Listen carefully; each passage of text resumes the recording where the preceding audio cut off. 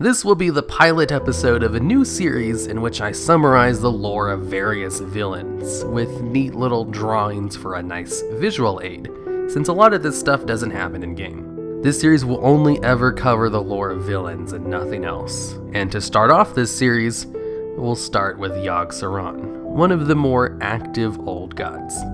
Look upon the true face of death, and know that your end comes soon.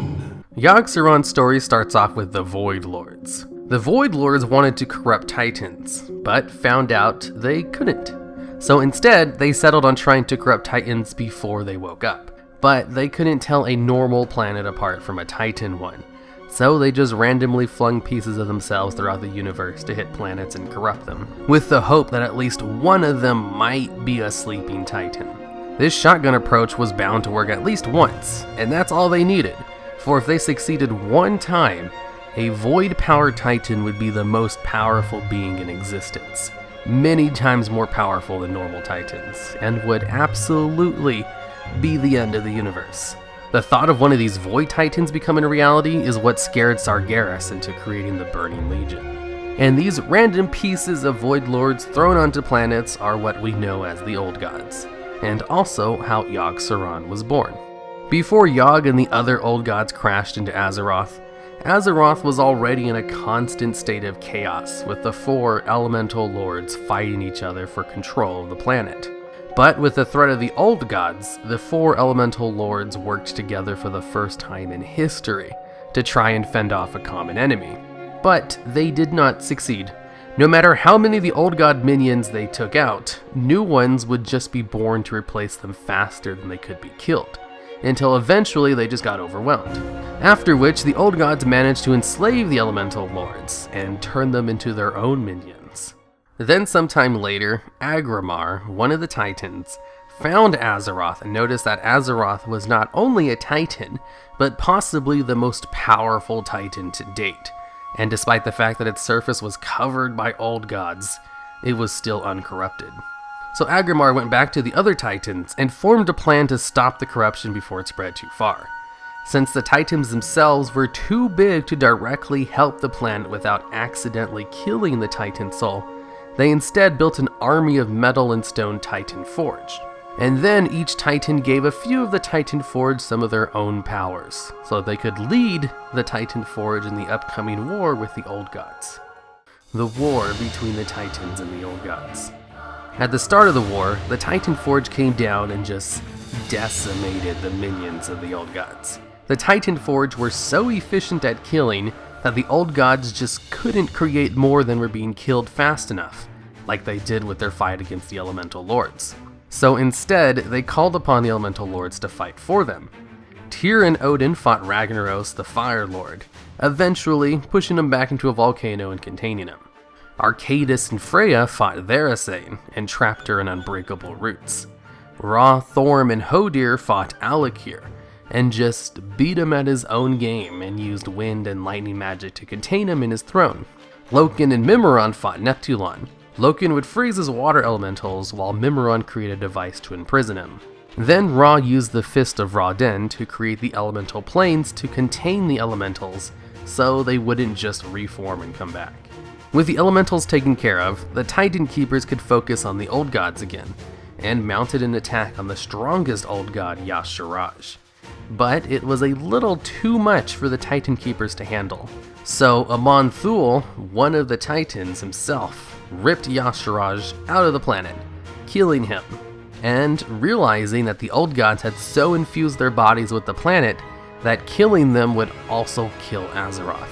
So instead, they turned their attention towards imprisonment. The Titan Keepers easily imprisoned both Inzoth and Cthulhu, but had a much harder time with Yogg.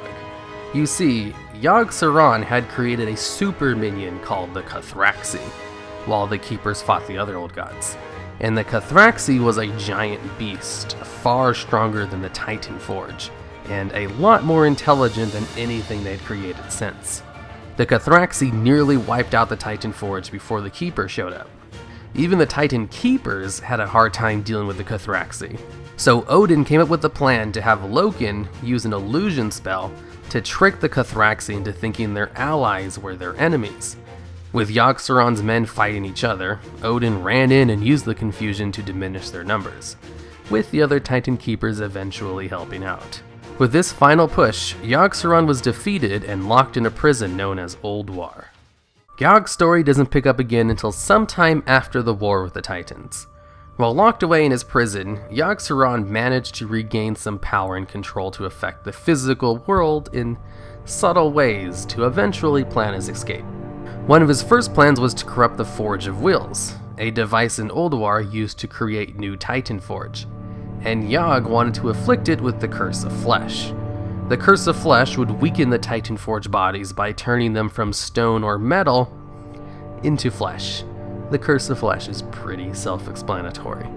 As stone or metal creatures, the Titan Forge can live forever and are pretty durable. As meaty, fleshy things, they are a lot easier to kill. And Yogg would set it so that the new Titanborn created from the Forge would spread the curse to other ones as well. But in order to pull this off, Yogg worked towards turning the Keeper Loken to his side. Yogg tried to break him by sending his usual madness whispers to his dreams and stuff, but Loken just kinda brushed it all aside. But Yogg did hit upon a jackpot by focusing on Loken, because as it turned out, Loken was having an affair with Sif, who was the wife of Thorum, another Titan Keeper. So Yogg pushed this angle, and convinced Loken to go all in with Sif and try and let them be together. But Sif knew that a scandal like that might be bad for the Titan Keepers who all needed to work together, and could even cause a civil war. So she eventually broke things off. But in a fit of rage, Loken ended up killing Sif, and then coincidentally, the ghost of Sif appeared immediately right in front of Loken and told him that she forgave him for her death, but that they needed to work quickly to cover it up, lest war break out. Of course, this ghost wasn't actually Sif, it was Yogg. He finally had his direct line of manipulation to get Loken to do what he wanted. First, he told Loken to blame Sif's death on the Ice Giants, which caused a massive war between the Storm and Ice Giants. Next, he told Loken to use the Forge of Wills to create a massive army of his own. You know, to protect himself from those crazy ice and storm giants fighting each other. Then, Loken told Thorum that his war was silly and emotion-fueled, that Sif would be ashamed at what he had done, which caused Thorum to agree and voluntarily go into exile.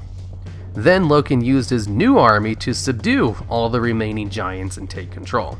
While all this was going on, Yogg had also succeeded in corrupting the Forge of Souls, as the spirit of Sif, and the Curse of Flesh was spread to all of the new army Loken had created, and anyone who came into contact with this new army.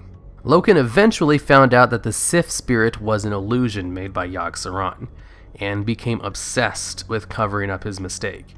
And in order to do so, he had to take out all of the other Titan Keepers.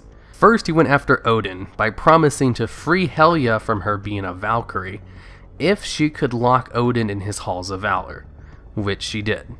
Next, he sabotaged Mimiron's lab to have him killed in what would look like an accident.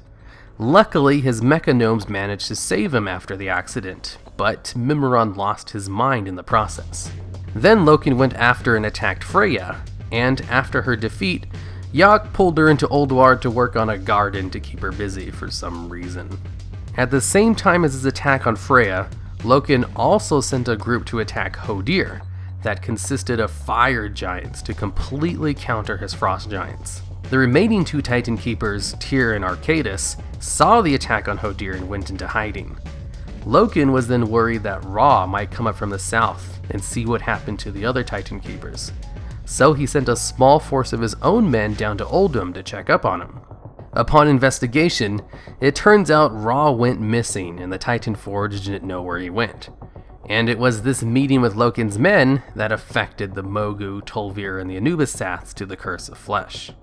With all the other Titan Keepers dealt with, Loken shut down the Forge of Wills and named himself as the new Prime Designate, and waited in Ulduar, worried that one day Algalon would come back to Azeroth and punish him. But with Loken's successful takeover of Ulduar, Yogg was free to do pretty much whatever he wanted to try and free himself, as he no longer had to worry about the Titan Keepers stopping him. Your fate is sealed! The end of days is finally upon you, and all who inhabit this miserable little seedling. Then Yogg's story here on out kinda gets fragmented until his eventual downfall.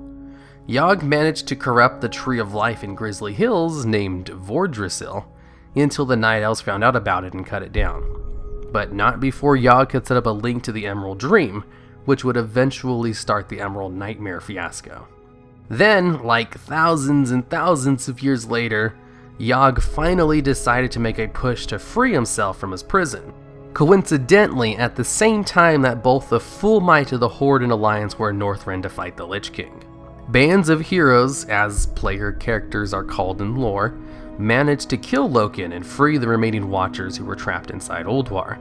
And together, with the help of the Titan Keepers, heroes managed to stop Yogg-Saron from resurfacing and push him back down into his prison. With Loken out of the way, and most of the Titan Keepers back to their jobs of actually watching Yogg-Saron, there has been very little involvement with him since. And that's it for the Villains Corner segment on Yogg-Saron. I obviously left out a few things because this was meant to summarize what I thought were the important parts, and was never meant to be a comprehensive list of everything to do with Yogg-Saron. So, what did you think of the video? I very much want to hear feedback for this video as it is a pilot episode. Also, if you have any suggestions for the next Villains Corner video should be about, just let me know. All the drawings for this video were done by Rachel, and links to her website and DeviantArt will be in the video description if you want to check out her work, because I think she did a really good job with these drawings.